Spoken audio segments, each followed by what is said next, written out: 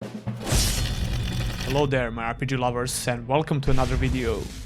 A few months ago I did a video about Forsaken Realms Exodus Rising and we talked about everything we know about the game. In the meantime, the development team behind this project was really busy with new updates, so I feel now is the perfect time for an updated video about this upcoming RPG.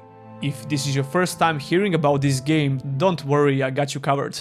We're going to remind ourselves what's Exodus Rising all about, and then we're going to talk about all the new updates and basically everything that I personally find interesting. But before we get to the video, a quick word from today's sponsor. Hero Wars is an online fantasy RPG available for Android and iOS devices. You start the game in the campaign mode, which has over 130 missions, but Hero Wars has a lot more game modes that you can try out, 6 to be exact. You can participate in a couple of PvP activities such as Arena, where you fight other people on your server, or maybe join a guild and explore dungeons, summon powerful titans and compete against other guilds for great rewards. The game has more than 50 unique heroes that you can collect and use in your party. You get to combine different heroes in your team and find what works the best for you. The Outland mode allows you to fight one of the 3 bosses, and each of them has a special immunity and implies a certain strategy. Or maybe you'll prefer the airship mode, where you can send your heroes on expeditions and upgrade artifacts for your guardians. No matter which mode you choose to play, there are a lot of rewards to collect.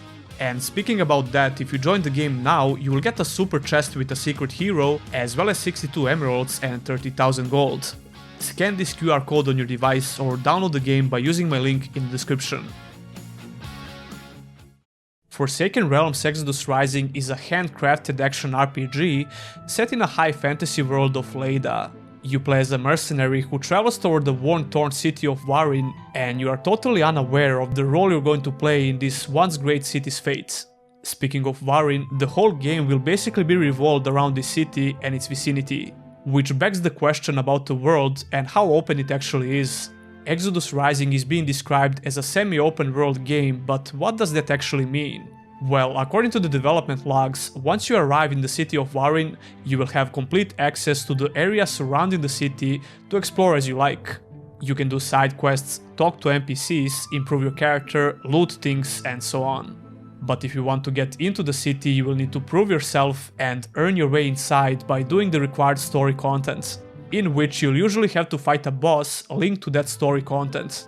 All the key locations which serve to push the story forward are basically more structured dungeon-style areas, and this studio claims that helps them to be more creative with how those areas look and feel. It seems like a lot of thought went into this design decision, because this is the 4th and the final version of the story progression system. Anyway, I'm looking forward to experience the story progression by myself and give you my opinion about it. So far, it sounds like it could be a great way to experience the main story and everything around it. For example, Baratrum Forest is the first area that you're going to visit in the game. It's supposed to have side quests and everything we mentioned above, as well as the boss area for pushing the story forward. South Vale Hamlet is another early zone in the game that you're going to visit, and it's outside the city of Varin. It's a small village and it looks really fun to explore. Once you get inside Varin, you'll start in the lower city and so on. You get how all of this works. It's pretty straightforward actually.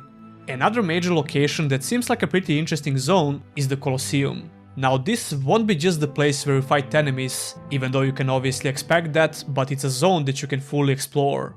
It has multiple unique areas with variety of different items to find and enemies to fight. Throughout the devlog videos, we could see a couple of more unique locations that you're going to visit, like the Aeternat Mine, the Mountain Paths, Academy of Varin, and so on. They have kept the information about all of these zones at bare minimum because of spoilers obviously. There was a section about the transition between areas, which basically confirms that the major zones are instanced instead of being a fully open map. The main narrative seems to be more straightforward when it comes to progression, while everything else has a more open-ended design. When it comes to the story itself, they avoided talking about it in depth because, again, spoilers of course. Exodus Rising is indeed a story-driven RPG, you can expect a lot of dialogue interactions. But we still don't have a ton of info about this particular feature, so let's move on. Since Exodus Rising is an action RPG, you would expect to have a decent amount of options when it comes to character progression.